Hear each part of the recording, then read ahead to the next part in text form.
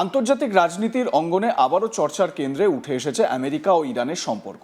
দীর্ঘদিন ধরেই এই দুই দেশের মধ্যে উত্তেজনা রয়েছে, তবে 2026 সালের 28শে ফেব্রুয়ারি থেকে শুরু হওয়া সংঘাত সেই উত্তেজনাকে একেবারে নতুন মাত্রা দিয়েছে।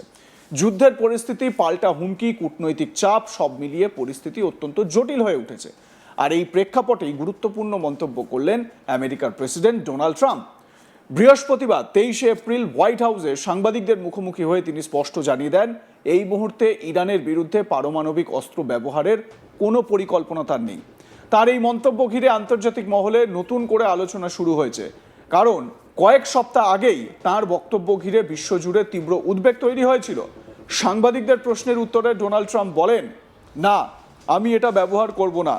তিনি আরও বলেন, পারমাণবিক অস্ত্র ব্যবহার না করেই আমেরিকা ইতিমধ্যেই ইরানকে ব্যাপকভাবে ক্ষতিগ্রস্ত করেছে।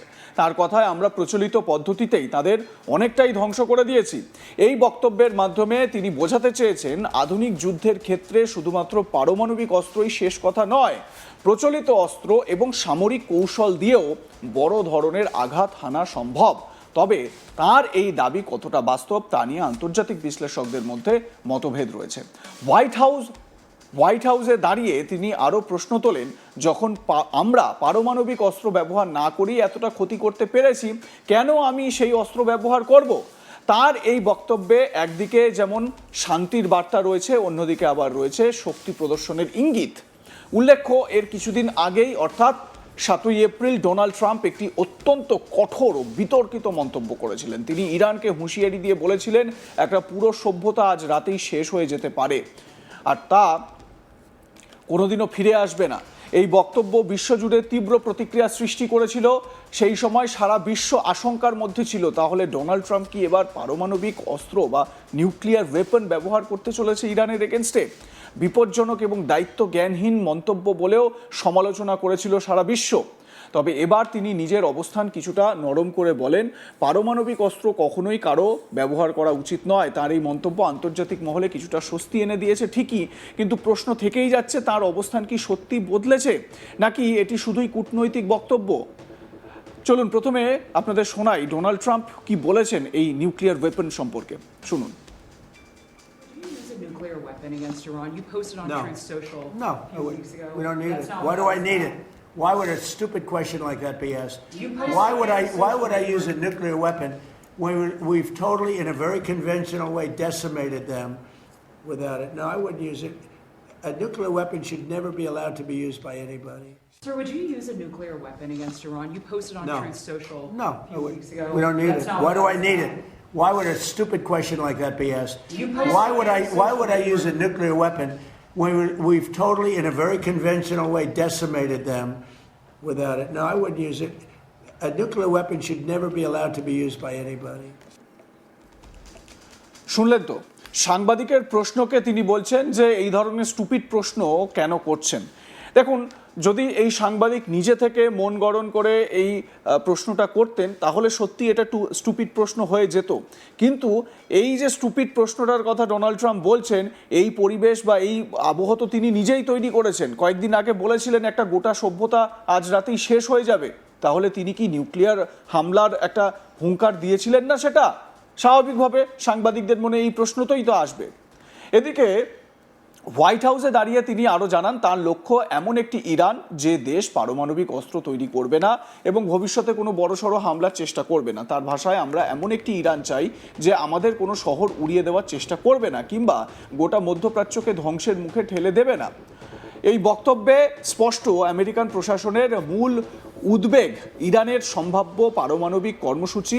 যদিও ইরান বারবার দাবি করেছে তারা কোনো পারমাণবিক অস্ত্র তৈরির চেষ্টা করছে না। এই নিয়ে দীর্ঘদিন ধরেই দুই দেশের মধ্যে মতবিরোধ চলছে।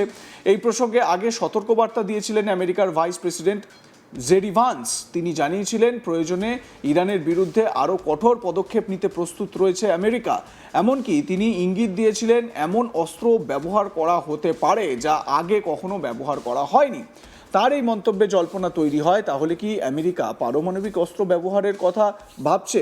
যদিও পরে হোয়াইট হাউস স্পষ্ট করে জানিয়ে দেয়, এটি পারমাণবিক হামলার হুমকি নয়। তবুও এই ধরনের বক্তব্য আন্তর্জাতিক রাজনীতিতে উদ্বেগ বাড়ায়, এটা তো স্বাভাবিক।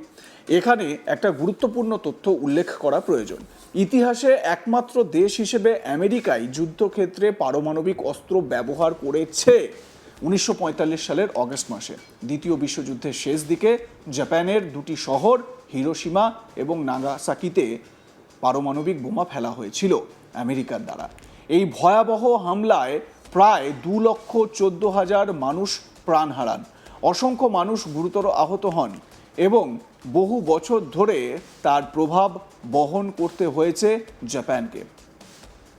এই ঘটনায় বিশ্বকে দেখিয়েছে পারমাণবিক অস্ত্র কতটা ভয়ঙ্কর হতে পারে। সেই কারণেই বর্তমানে বিশ্বজুড়ে পারমাণবিক অস্ত্র ব্যবহারের প্রশ্নে এত সতর্কতা এবং সংবেদনশীলতা দেখা যায়। কোনো দেশ যদি এই অস্ত্র ব্যবহার করে তাহলে তার প্রভাব শুধু যুদ্ধক্ষেত্রেই সীমাবদ্ধ থাকবে না, গোটা মানবজাতির ওপর তার প্রভাব পড়তে পারে। কয়েকদিন আগে ডোনাল্ড ট্রাম্প একটা কথা বলেছিলেন ইউরোপের তার যে মিত্র দেশগুলো রয়েছে তাদের উদ্দেশ্যে। স্পেসিফিক্যালি ইটালির বিষয়ে তিনি প্রশ্ন করেছিলেন যে ইটালিকে ইরান যদি পারমাণবিক বোমা মারে তাহলে ইটালি 2 মিনিটের মধ্যে শেষ হয়ে যাবে। তো তার পরিপ্রেক্ষিতে Italian prime minister Giorgia Meloni বলেছিলেন যে এটা ঠিক যে ইরান যদি নিউক্লিয়ার মারে তাহলে ইটালি 2 মিনিটের মধ্যে শেষ হয়ে যাবে, কিন্তু বর্তমানে 9টা দেশের কাছে এই নিউক্লিয়ার বোমা রয়েছে বা নিউক্লিয়ার ওয়েপন রয়েছে। একমাত্র একটি দেশ এই নিউক্লিয়ার ওয়েপন ব্যবহার করেছে। তার মানে জর্জিয়া মেলোনির ইঙ্গিত যে আমেরিকার দিকে সেটা একেবারে স্পষ্ট। এদিকে হোয়াইট হাউসে এই নিউক্লিয়ার ওয়েপন ব্যবহার করা নিয়ে প্রশ্ন করাতে ডোনাল্ড ট্রাম্প কি বলেছেন একবার শুনিয়ে দেবো সেটাও। Nuclear weapon against Iran. You posted on No. Truth Social No, a few weeks ago. we don't need That's it. not Why what do I was need said. it? Why would a stupid question like that be asked? You posted Why would I use a nuclear weapon when we've totally, in a very conventional way, decimated them without it? No, I wouldn't use it. A nuclear weapon should never be allowed to be used by anybody. Sir, would you use a nuclear weapon against Iran? You posted on No. Truth Social No, a few weeks ago. we don't need That's it. not Why what do was I need said. it? Why would a stupid question like that be asked? You posted Why would I use a nuclear weapon when we've totally, in a very conventional way, decimated them without it? No, I wouldn't use it. A nuclear weapon should never be allowed to be used by anybody. দেখুন, এই প্রেক্ষাপটে সার্বিকভাবে এই সিচুয়েশনে Donald ট্রাম্পের সাম্প্রতিক এই মন্তব্য যথেষ্ট গুরুত্বপূর্ণ হয়ে উঠছে। একদিকে তিনি পারমাণবিক অস্ত্র ব্যবহার না করার কথা বলছেন, অন্যদিকে আবার ইরানের বিরুদ্ধে কঠোর অবস্থানও বজায় রাখছেন। এই সংঘাতের সূচনা হয়েছিল যখন ডোনাল্ড ট্রাম্প দাবি করেন ইরান গোপনে পারমাণবিক অস্ত্র তৈরির চেষ্টা করছে।